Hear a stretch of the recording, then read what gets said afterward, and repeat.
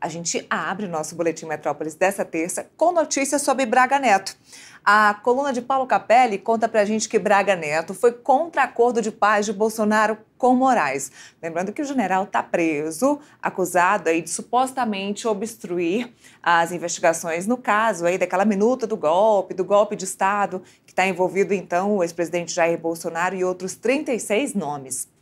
Nesse caso aqui específico, Capelli conta pra gente que o general Braga Neto foi contra um acordo de paz que chegou a ser alinhado entre Bolsonaro e o ministro do Supremo Tribunal Federal, Alexandre de Moraes, depois das eleições de 2022. Esse encontro dos dois aconteceu numa residência no Lago Sul, não foi em nenhuma residência oficial, foi em uma residência oficial, em uma residência no Lago Sul, perdão.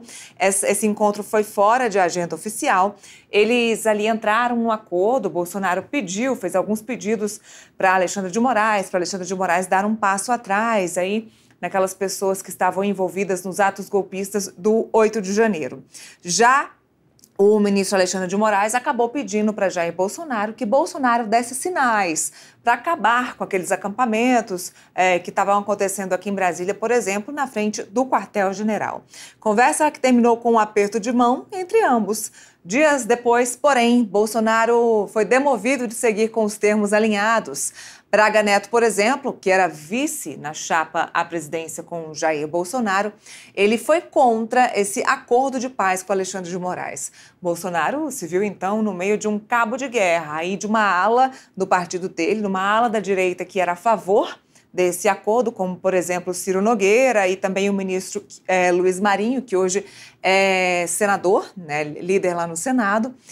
Eles queriam, sim, esse acordo, tanto o Ciro quanto o Rogério Marinho, mas Augusto Heleno e Braga Neto, os generais, puxavam para o outro lado, reprovando esse acordo com Alexandre de Moraes. A Polícia Federal aponta que no mês de novembro de 2022, Braga Neto teria dado início às articulações aí para alvejar Alexandre de Moraes e evitar a transição de poder, apesar de Braga Neto negar qualquer envolvimento nesse caso. Militares do Planalto que se opunham aí a esse acordo de paz entre Alexandre de Moraes e Jair Bolsonaro argumentaram que Moraes não era confiável porque teve um outro acordo em 2021, que na ocasião o presidente divulgou uma carta em tom conciliatório 2 dias depois de chamar o ministro do STF de canalha. Foi na época ali daquele ato lá na Avenida Paulista que comemorou o 7 de setembro e também no ato bolsonarista aqui em Brasília, que lotou a esplanada dos ministérios na mesma data.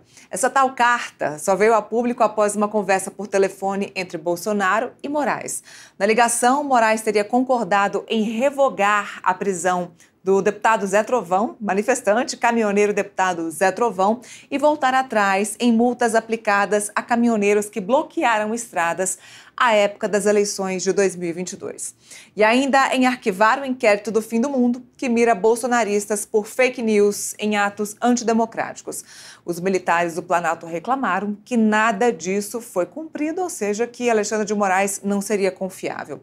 Já no caso Ramagem, os militares que atuavam com Bolsonaro também avaliaram que o ex-presidente errou ao confiar no Supremo Tribunal Federal e acatar a decisão do STF de não nomear Ramagem como chefe da Polícia Federal. Eles disseram ainda que, ao acatar essa determinação, Bolsonaro teria dado margem para que a corte proferisse novas decisões envolvendo o Poder Executivo.